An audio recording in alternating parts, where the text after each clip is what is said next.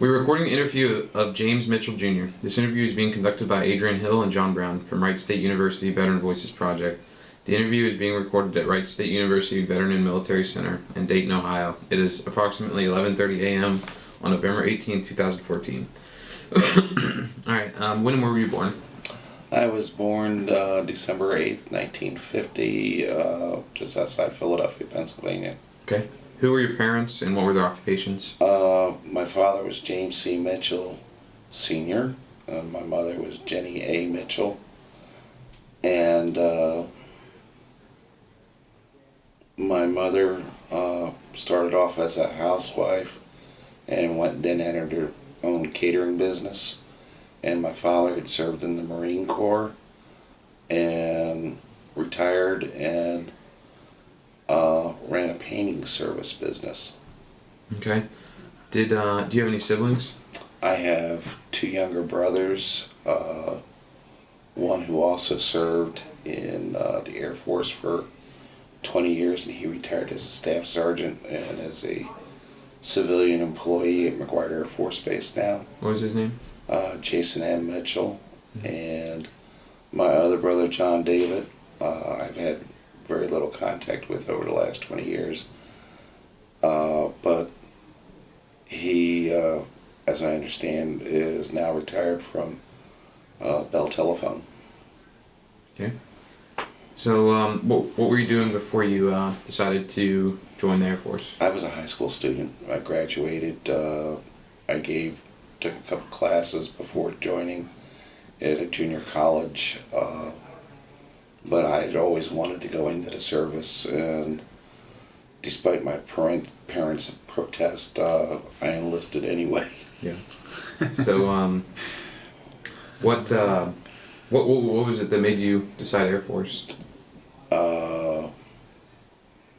Because they were willing to take me right away. Oh, okay. I wanted basically out of Pennsylvania and out of the Philadelphia suburbs. Mm-hmm.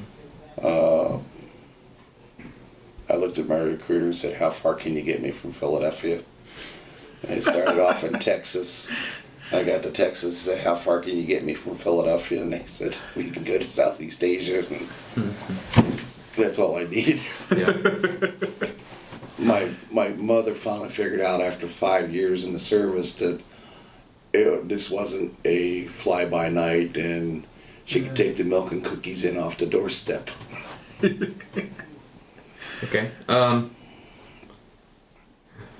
So what happened, what was leaving for basic like? You remember it? It was actually I thought it was kind of funny because we went to the induction center and we got sworn in, and they had us broken out that the Navy was over here and the Army was here and the Marines were here and the Air Force was here. And it was a case of hurry up and wait because you had to be there, and they just kept you there and kept you there and kept you there. And of course, it was all staged, so when you got to Lackland, you got there in the middle of the night. Mm-hmm. But I remember a Marine recruiter walking up to this group of Army folks and asking for 4 volunteers. And nobody volunteered, so the guy walked off, came back, rattled off 4 names, and it pronounced them to be Marine Corps recruits, because that's when the draft was still going in effect. And we all just kind of looked at each other and kind of quietly snickered. And then a little while later, a Navy recruiter came up and said he was looking for 2 volunteers to the Navy recruits, and haven't seen this other display. Everybody's like, "Oh no." And he says, "No, it's not to join the Marines, it's to take training in California." All these hands went up. It was hilarious. But yeah, again, it was the big adventure, not knowing what to expect or what have you, although I had been in Civil Air Patrol as a cadet, so I kind of had an idea of the military life and what have you. And it gave me an advantage of, having a little bit of a heads up. And I had a fairly honest recruiter that, told me what to expect and not to expect. And basically he sat there and says, "I can guarantee you 4 years of service." And he made no promises beyond that, and I appreciated that. As a matter of fact, we had a friendship that went on for 9 or 10 years after that until he passed. Mm-hmm. So, do you recall any of your instructors when you got there? Oh yeah, you never forget your drill instructors' names. Staff Sergeant Bird and Sergeant Bell. Okay. So what were they like? They were all right. I mean, they did their job. They took us and transitioned us from being civilians to understanding the military way of life and the Air Force way of life, and what the Air Force mission was all about. Mm-hmm. So after basic, or during basic, did you receive any specialized training? No. No. Okay. How did you adapt to the lifestyle, like the physical regiment, the emotional? I had no problem because that's what I wanted, Mm-hmm. and I accepted it. And that was about it. Yeah. Did you did you notice anybody else having problems besides you? I mean, was there anybody else you saw that maybe didn't want it like you did, or anything like that, or were most of them kind of the same mental attitude? That's a good question. No, we were all there. We wanted to get through basic. We took one day at a time. Mm-hmm.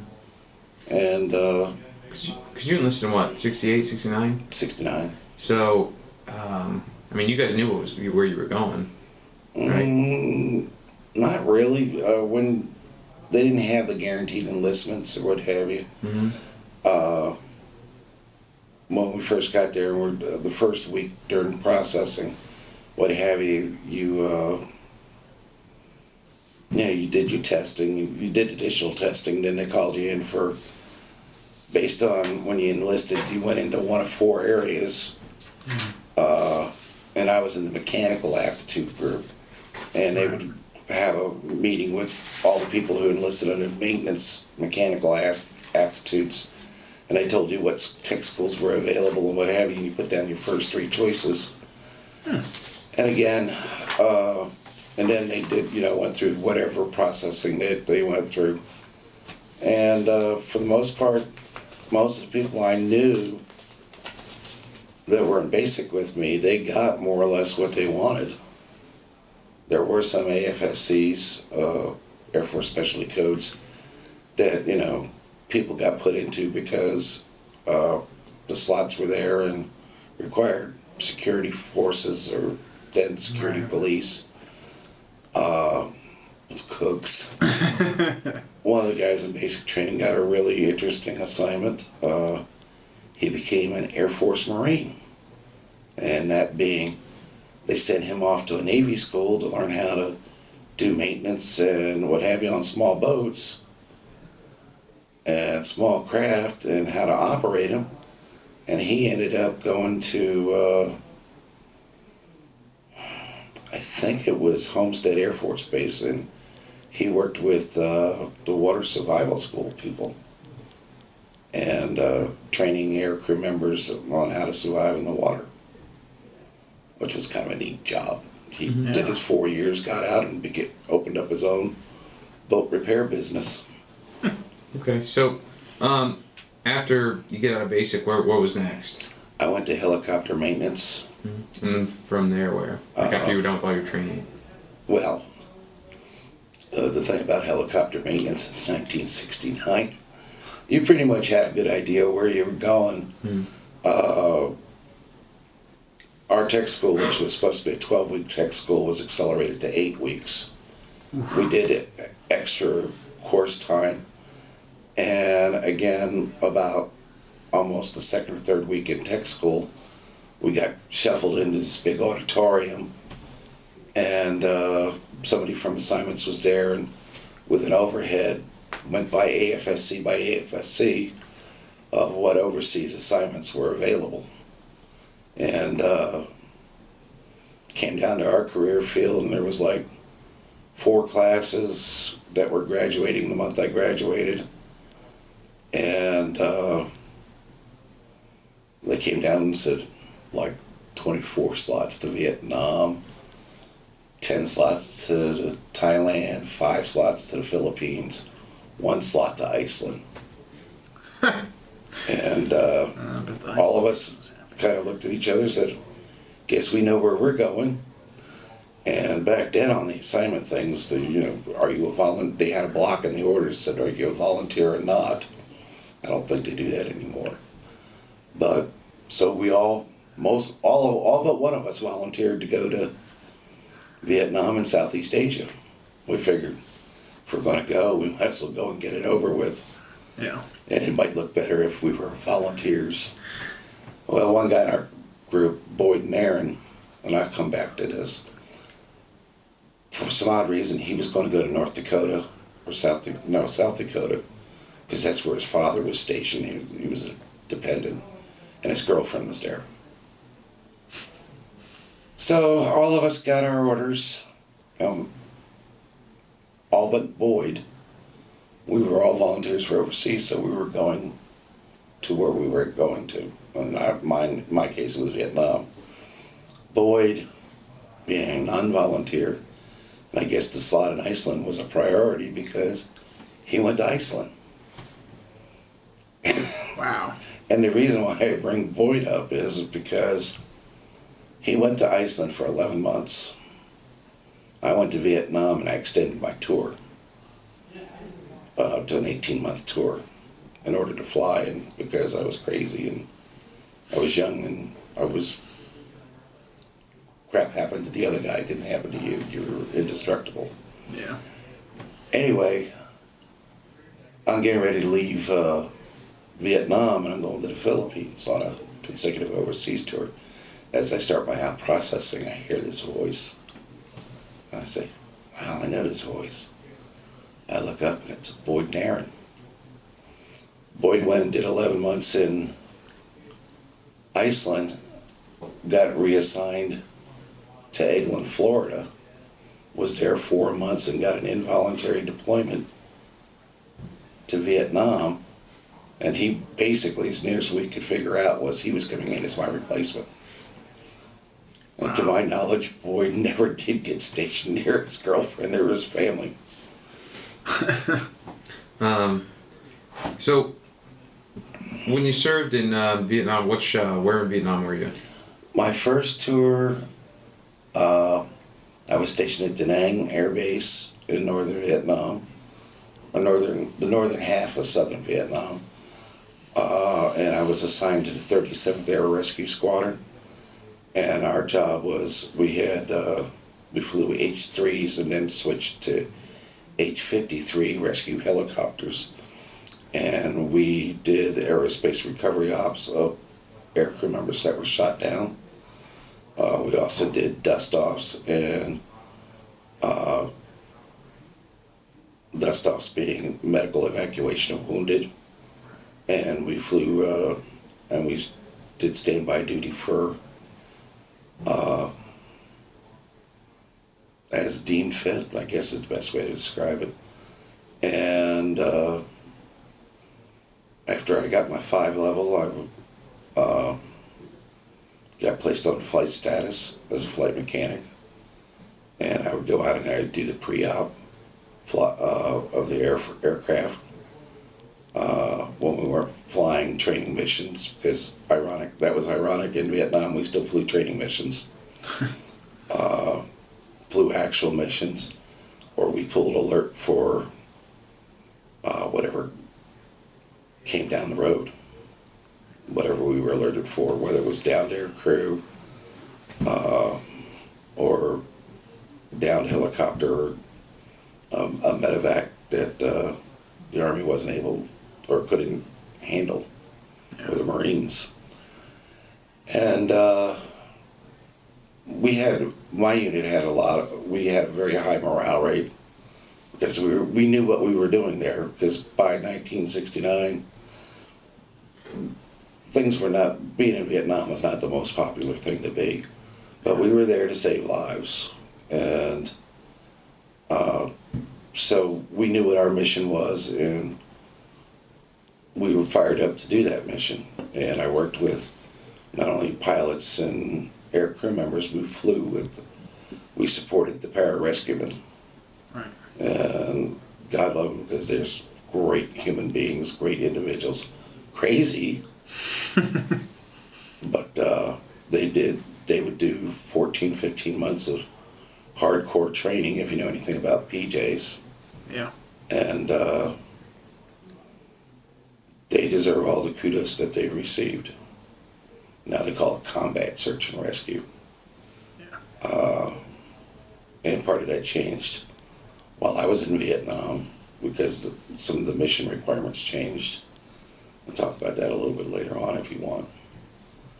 But yeah, I did aircraft, I did the maintenance on the helicopters, did pre-flight. Worked real hard to get my 5 level, and when I got that, I got the additional training I needed to have to be an aircrew member, and began flying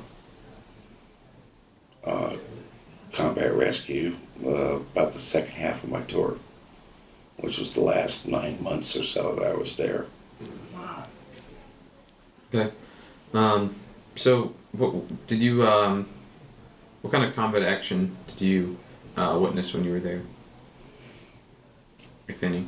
Well, yeah, total, because, and this is where it gets a little crazy, because I did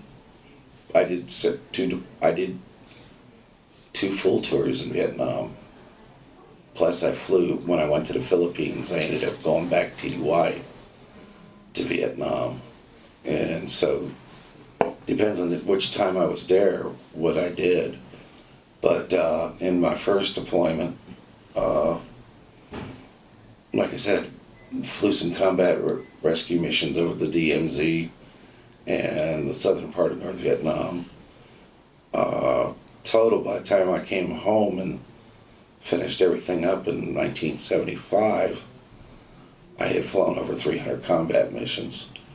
110 of those were over North Vietnam, and was shot down once, or forced out, I guess would be a better way. Our helicopter made a forced landing after being shot up.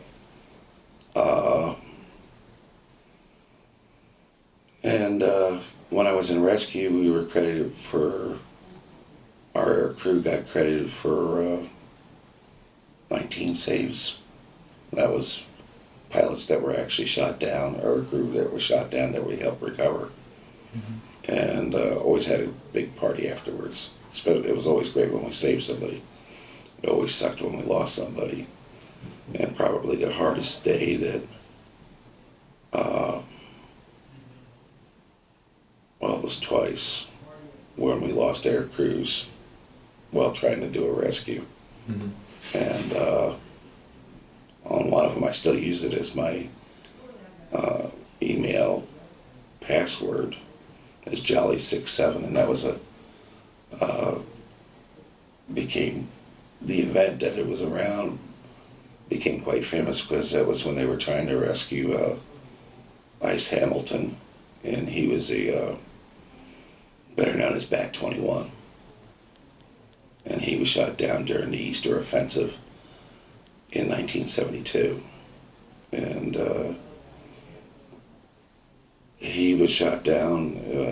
He was the only guy to get out of his airframe, and we lost a total of 13 aircraft and a bunch of air crew trying to get him out, and it was finally Navy SEALs that went in and extricated him and got him back to safety. And that was a tough time. And a few weeks after that, during the Easter, again going back to the Easter Offensive, our unit was involved in the saving and rescuing of I think it was a total of 110, 120 Vietnamese and U.S. military advisors when their compound was being overrun at Quang Tri, Providence. And we had 4 birds went in, and literally as we were picking the advisors up off the LZ, which was in there right adjacent to their compound, the North Vietnamese were coming onto the edge of the LZ, Oh, wow. and we were shooting at them, and they were shooting at us, and we were keeping our fingers crossed and hoping to get the hell out of there in one piece. And about a week and a half, 10 days later, I was relieved of duty to start my out process and to come back to the United States. Were you relieved for duty for just because your tour was up? My tour was up. Okay. So, see, But I went, but I had I had done my original tour duty, I extended. And then I put in for what they call a COT, a consecutive overseas tour. And I went to the Philippines. And when I got stationed at Clark, in my 18 months I was in Clark, I spent 11 of that on temporary duty back to Vietnam and other locations in Southeast Asia. But the primary, and that's when after I came back to the States, and they said, well, you get credit for 3 tours of Vietnam. I said, well, how's that? And then they told me all the time that I had spent TDY had counted up, and it was enough for another tour. Well, oh, okay. But when I got to Clark, I started off in the rescue squadron there. Then I got transferred over to the 463rd Tactical Airlift Wing, which flew C-130s and also flew aeromedical evacuation missions. And it was unique in that it was the largest C-130 wing in the Air Force. And it had over 130 aircraft assigned to it. But at that time, there was never, because none of the 130s that flew in Vietnam were actually stationed in Vietnam. They were all stationed in Okinawa, Taiwan, or the Philippines. So the crews would go, the crews and maintenance troops would go TDY for 55 days at a time, come back for 10 days, then go back out TDY somewhere else, or back to the same bases we were operating out of. So at any given time, probably 80% of the wing was deployed. And that was one of the little secrets that wasn't so much of a secret. But one of the things that I got to do while I was there, flying with it, I ended up going out as a assistant crew chief on 130s. And did all the maintenance prep, and periodically we would fly along with the aircraft on its daily missions and what have you to do any en route maintenance or help the loadmasters and what have you. But one of the missions that we got involved with was a thing called Commando Vault. And what Commando Vault was we were dropping a 7.5-ton bomb, 15,000 pounds, out of the back of a 130, and it would make landing zones. Instant landing zones, because it just blew the hell out of everything. Wow. And would clear out maybe 100 yards of triple canopy jungle. They also found out it made it a very nasty anti-personnel weapon. Yeah. And one of the tricks, one of the things that they used to do for the new guys going along, and I found out the hard way, is they wouldn't tell you, and you weren't thinking because you were really excited to see this big-ass bomb on a pallet, and they would roll it, they would tilt the plane slightly, release the locks, and they would feed it out with a drogue chute, and then the bomb would come out, and then it would right itself and stabilize, and it had a big long stinger, so when it hit, it would drive up inside the bomb, and then it would explode. Well, when you drop 7.5 tons out of the back of a plane, your center of gravity shifts a lot.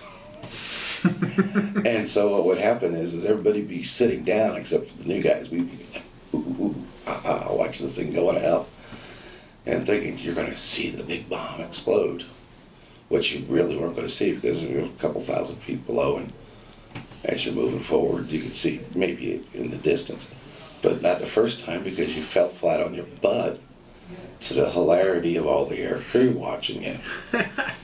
So I flew 10 of those missions, and it was pretty awesome. And one of the distinguished flying crosses I received was for flying a Commando Vault mission.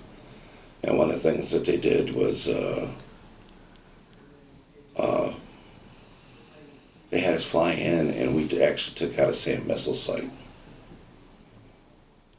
We flew in real low, climbed to altitude, kicked this thing out, and this is when they first started to experiment with prearranged targeting, I guess GPS type thing, because they were able to pinpoint where they were dropping this thing, and they were like, I think they told us they were like 10 yards off. Oh, wow. But with that amount of explosives, you Doesn't matter. and the part I thought was funny was we were air crew members and what have you, and that was like an additional type mission. Today they have the same capabilities, but it's all special operations mission. And one of the things I thought was funny about it was we were told, you know, this is a secret. You can't talk about it, can't write about it, can't do anything about it, except keep your mouth shut and fly the missions.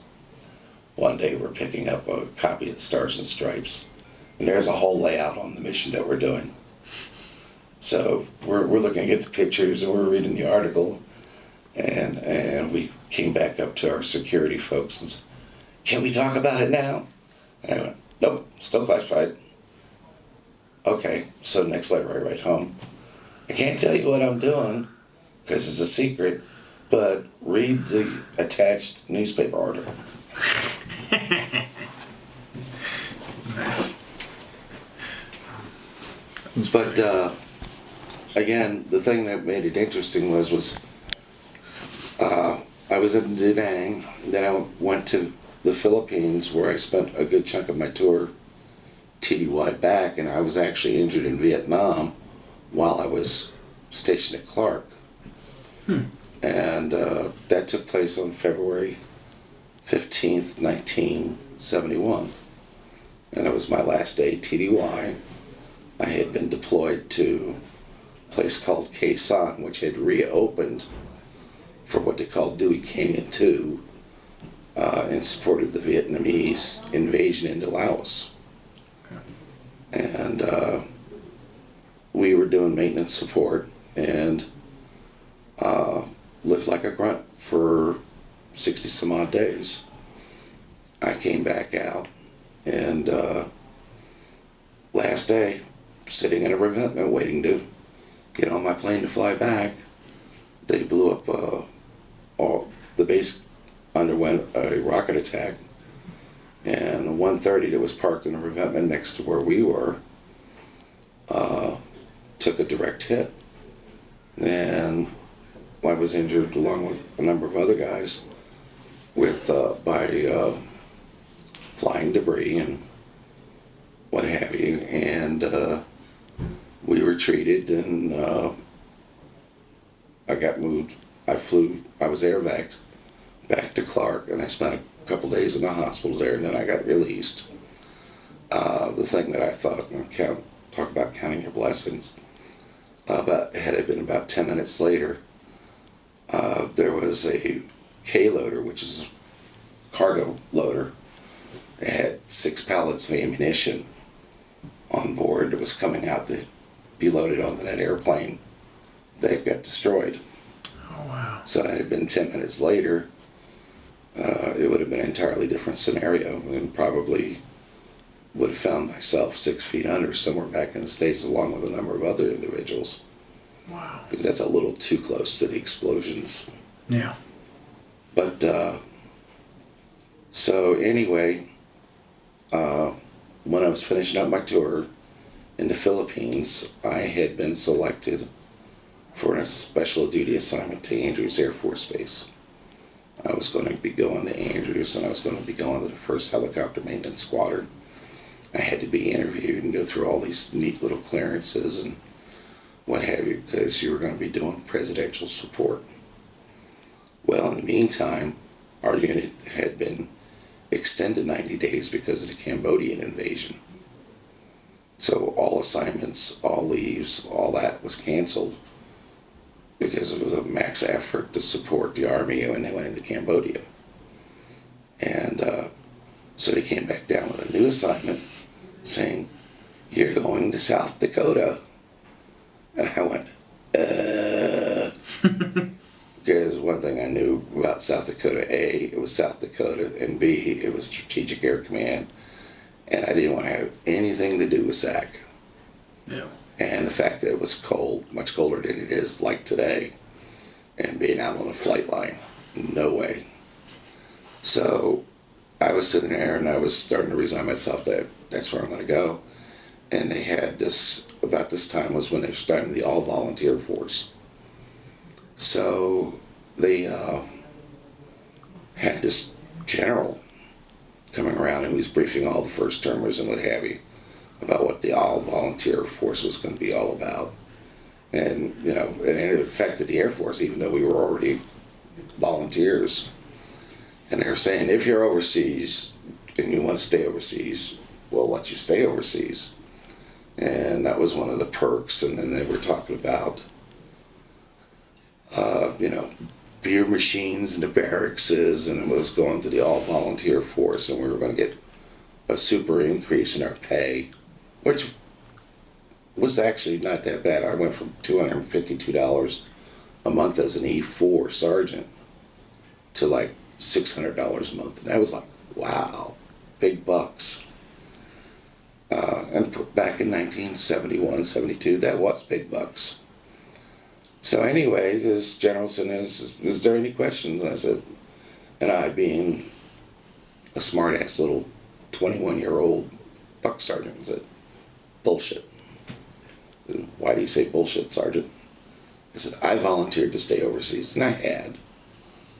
And now you're going to send me to South Dakota. Do you want to stay overseas? And I said, yeah. Do you care where you stay overseas? No. Give me your name, social security number, blah, blah, blah, blah, blah. 10 days later, I get a notification. I'm going to Phan Rang, Vietnam. I'm like, okay. And by this time, so in July 1971, I go back to Phan Rang. And I get to Phan Rang, and I'm there for about 2.5 months, 3 months. And the base is slowly being turned over to the Vietnamese. And our aircraft are being turned over. And I show up there, and I'm supposed to be in a flying squadron. And there's like,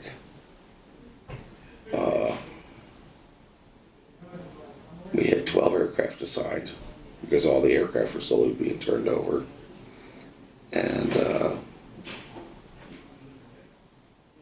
there was probably, for every slotted position that was an aircrew flying slot and maintenance slot, there was probably 10 to 20 guys lying for that position. So it was a really, really overloaded squadron. So they came down and they volunteered me, /volunteered. I just started doing some stuff on my own. On my off time, I was going out, hanging out with the security police and the heavy weapons guys. So I would go out at night on my days off and ride around an M113 armored personnel carrier around the perimeter. I learned how to fire, well, I already knew how to fire machine guns and stuff. And we would fire H&I rounds. And H&I being, we would go out to a certain part of the perimeter at night, just cut loose some rounds, what have you, to just keep the Viet Cong and the North Vietnamese hopping and ducking.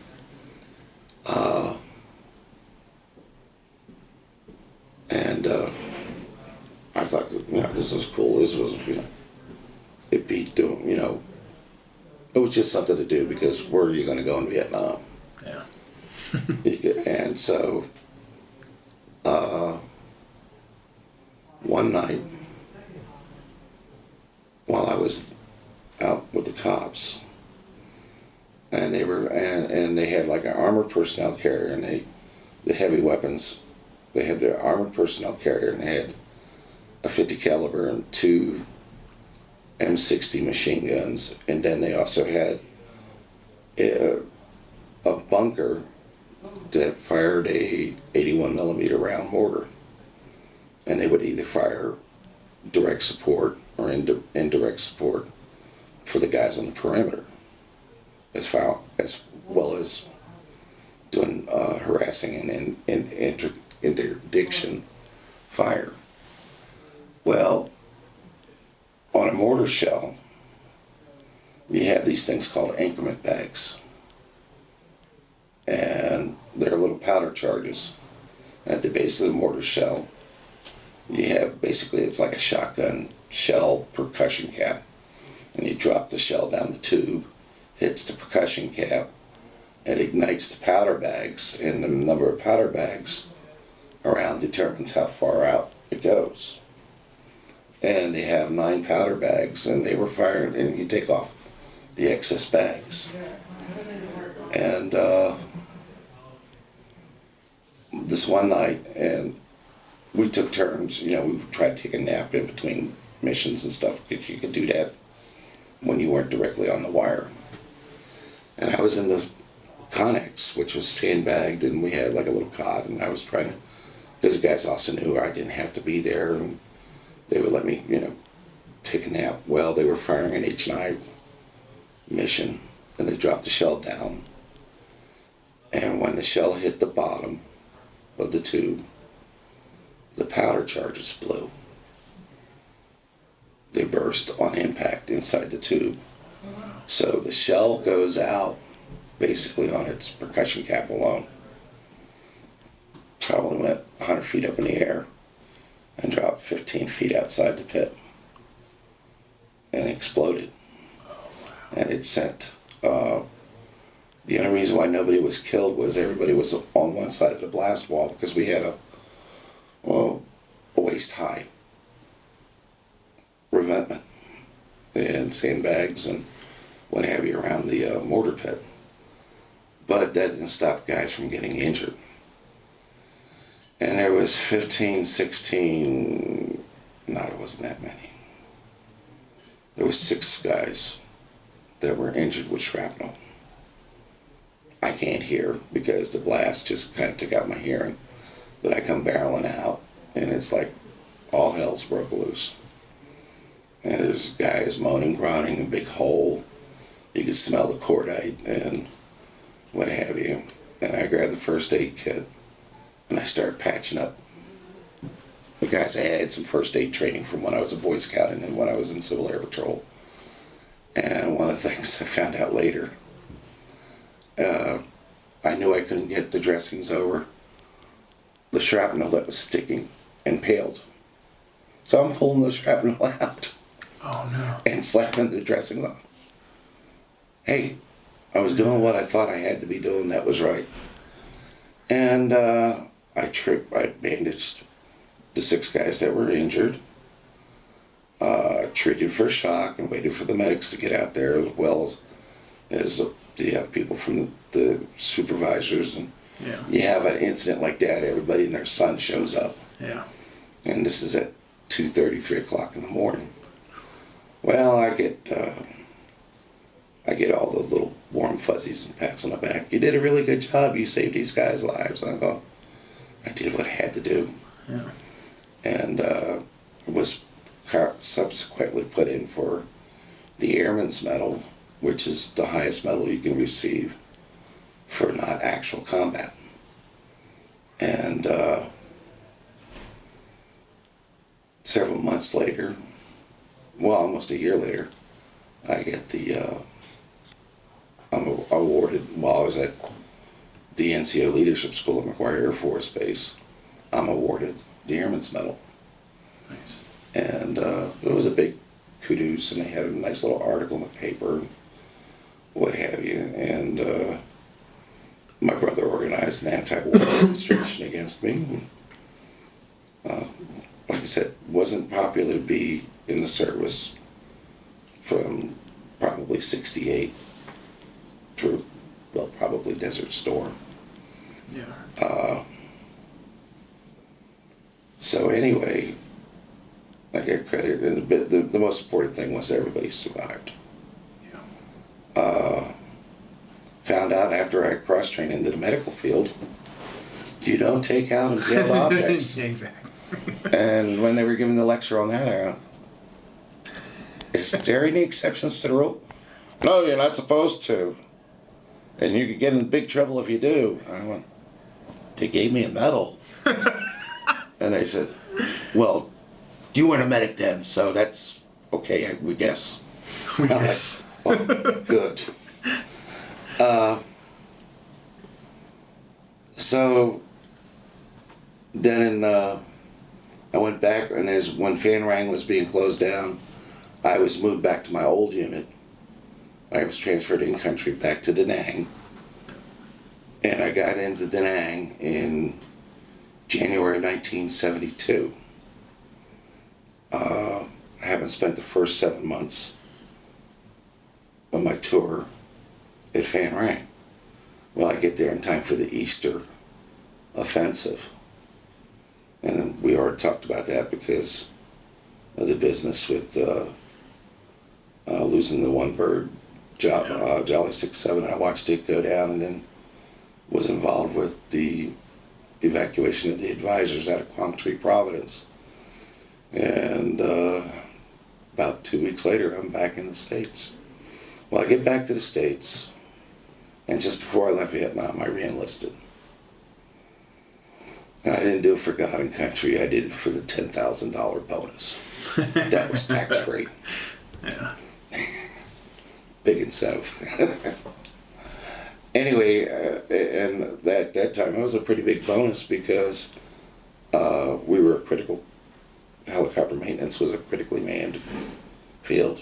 Yeah. Well, as things are winding down in Vietnam, all of a sudden they don't need as many helicopter maintenance folks and what have you. And our career field went from being short to being overmanned, and they came down and said, you need to go find a job or we're going to find a job for you. Well, that's a great incentive. So I working with the pararescuemen, and I love maintenance, don't get me wrong, but I like taking care of people and what have you. And I guess the taste of that was reinforced when we had the explosion at Phan Rang. So I volunteered to cross-train into the medical field and becoming a medic. So in September of 1972, I'm on my way to Sheppard Air Force Base to cross-train to become a medic. And I had gone to McGuire and went TDY to Sheppard. And then after I finished med tech training, I went back to McGuire and started working in the clinic at McGuire. And I was there when the POWs came home. I helped greet and receive, especially the ones that needed hospitalization and medical transportation. So I had a little bit of contact with them that way. Plus, after I had come back from Vietnam, I had gotten to know several POW families. So I did a lot of promotion and campaigning and distributing the POW MIA bracelets. And I actually did some speaking engagements, which was kind of fun. I was nervous. And one of the presentations I did, a guy came up to me afterwards, and I hadn't seen this guy in years, but he knew me from Civil Air Patrol when we were younger and I was a cadet. He says, I just can't believe you up there talking that way. He says, and having the humanitarian, that didn't sound like you. And my wife heard enough horror stories of me when I was younger. She said, if I had known you then, I would have never married you. Because I was quite a little bit of a hellraiser when I was younger. Anyway, I cross-trained, and I gave it to McGuire, and I got as much as I could. that I could learn about being a medic at a clinic. And I volunteered to go. I re-enlisted, and I had a base preference, and I went to Mather Air Force Base in California, where I worked in a hospital, and I got more of an exposure to inpatient care. I worked on a medical unit, and I worked in an OB unit. And when I was working, and just came back to help in a roundabout way, it came back to service me later because I knew about how to deliver babies. Oh, nice. That's a magical thing. And while I was at Mather, I said, well, what could I do next? Well, I kind of missed flying, and I heard about AirVac duty. So I volunteered to go to AirVac school, and I finally got selected to go, and I actually finished 40 years ago this month. And the AirVac school's now, was in, at that time in San Antonio, Texas. It's now here at Wright Pat. Oh, okay. But I went down to AirVac school for 6 weeks, and then I no sooner got back, I had orders transfer me from Mather to Travis Air Force Base, which was about 45 miles from Sacramento. I'm going to fly air medical evacuation in and out throughout the Pacific Theater. And go through the transfer process, sign out, drive down the road, sign in.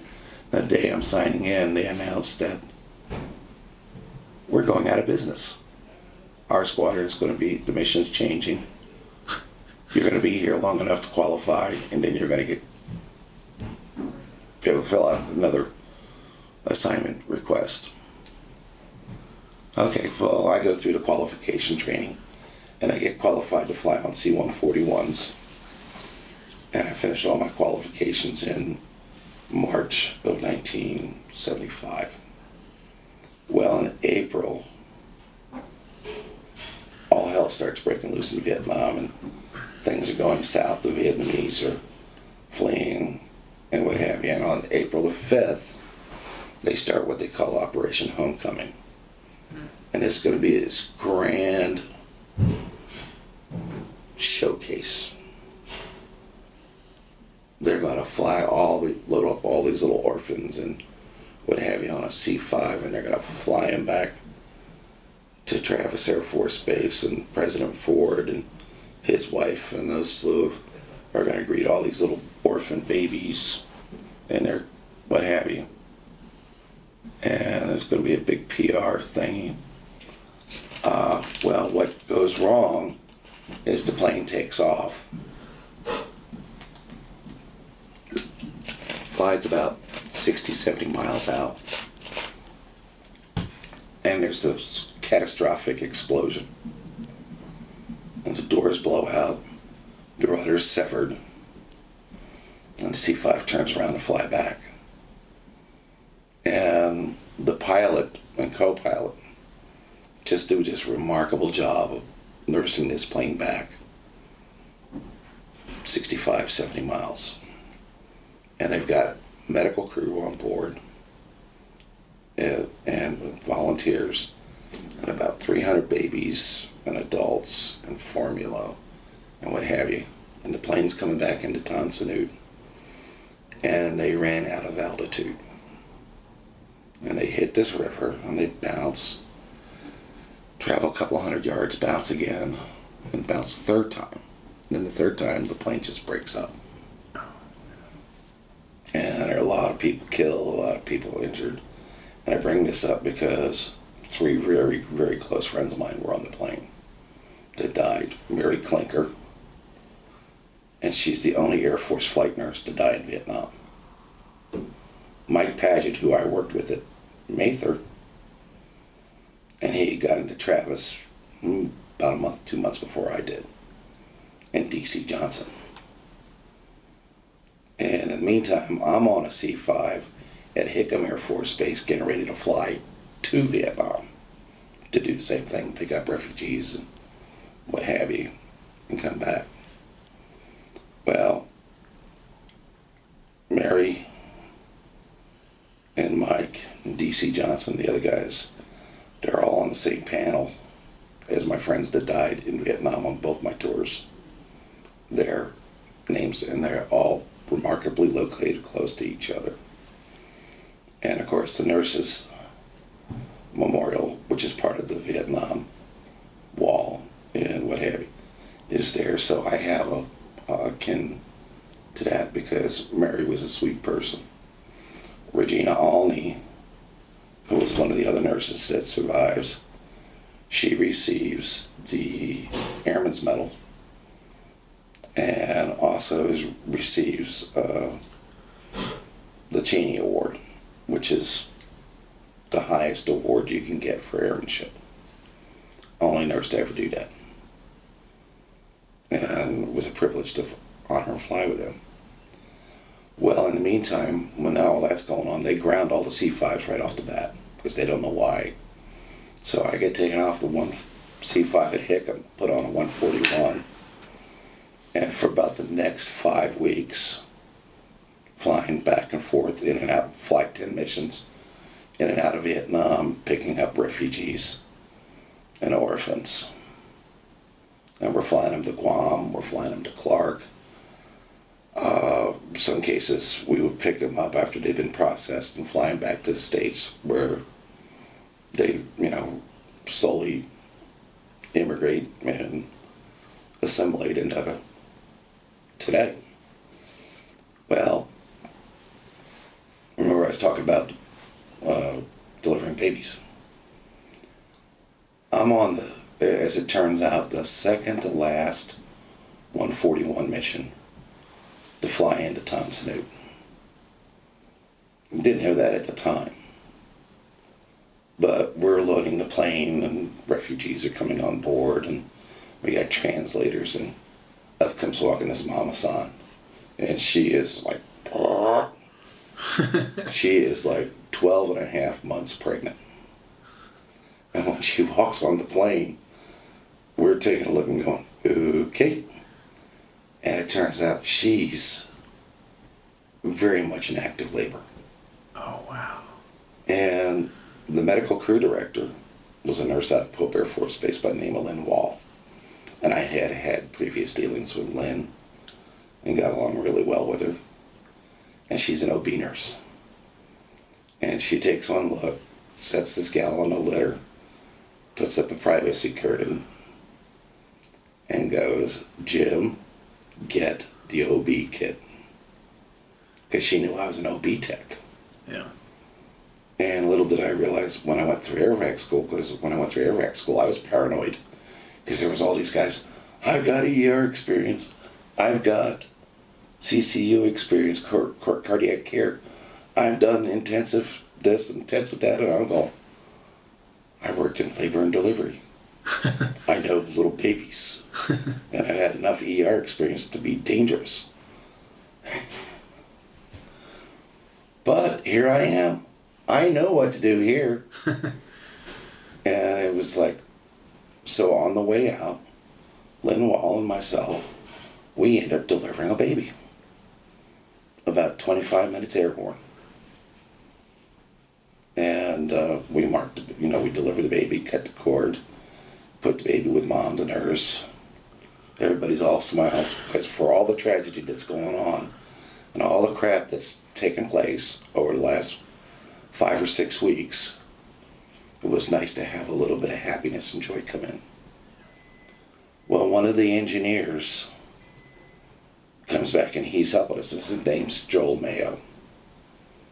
And Joel later died at Desert One, along with my old shop chief, Joe Byers, when the helicopter and the 130 collided on Desert One when they were trying to rescue the hostages at the Iranian embassy in 1978, 1979. And I was actually involved with that too. We need to kind of get into reflections. We only got about 5 minutes left, so we're going to kind of go into your reflections about your just your military experience in general. How did your wartime experiences affect your life? I grew up. Sometimes I think I grew up way too fast.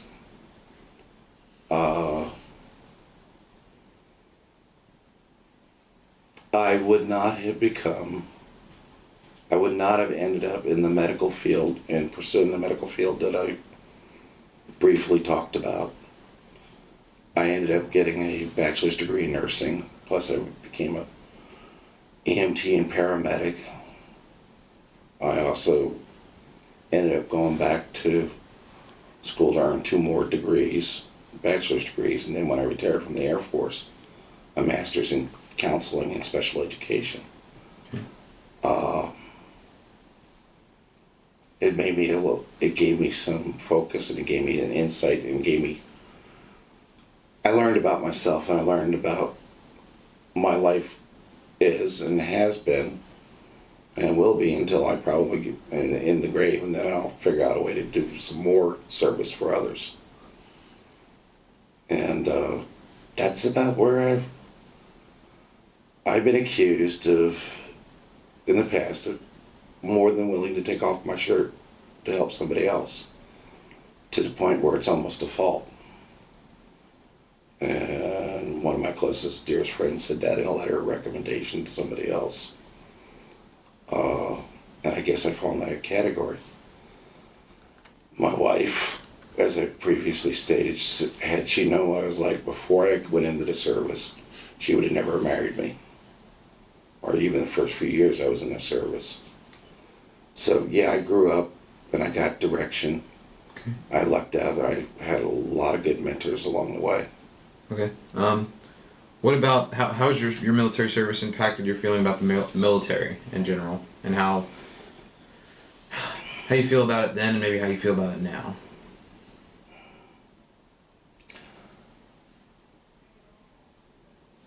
Good question. I've always been, since I've retired, I've always been a supporter of the military. Always will be. I'm conservative in that respect.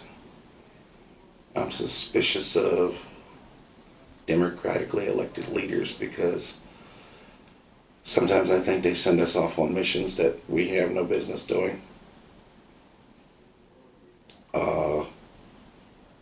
If I were still young enough to wear the uniform, I'd be more than happy to wear it. And one of the things I discovered when I deployed for Desert Storm, which we didn't even get a chance to talk about,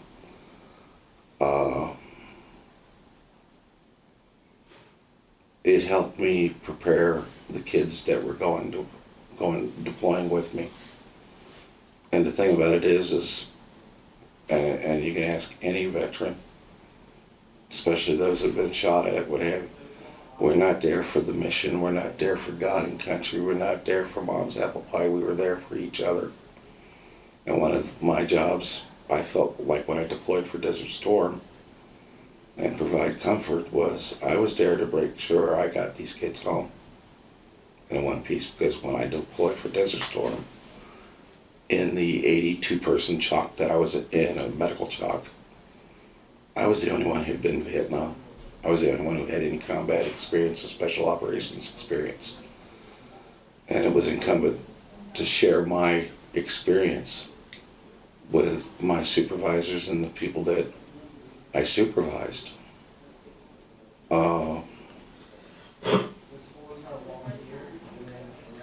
Today, I think the medical personnel, and I have to base it on the medical personnel, are so much more qualified and they have so much more training that I think what they do in bringing back the wounded warriors is just absolutely incredible. If you think about, I remember seeing where this grunt had got a knife stuck in his head. He was stabbed in the head. And they were using computers, giving live imagery to the folks at Bethesda and Walter Reed, who were monitoring what to do with this guy, because this is a big neurological issue event. Yeah. And I mean, it was just unbelievable. And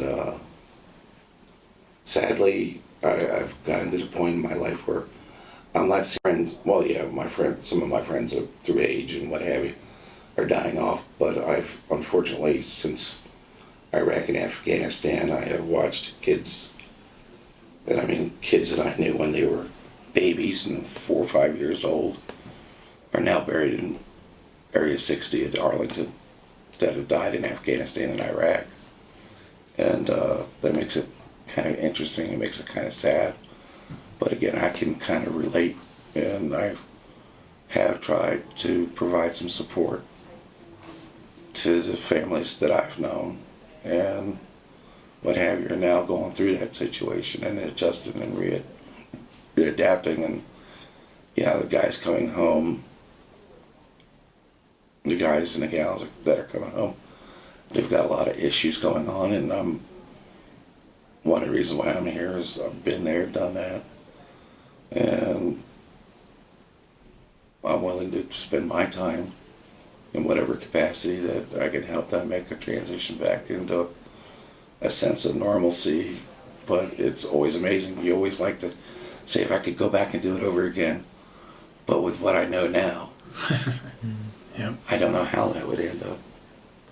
All right. Well, thanks for doing the interview, and thank you for your service.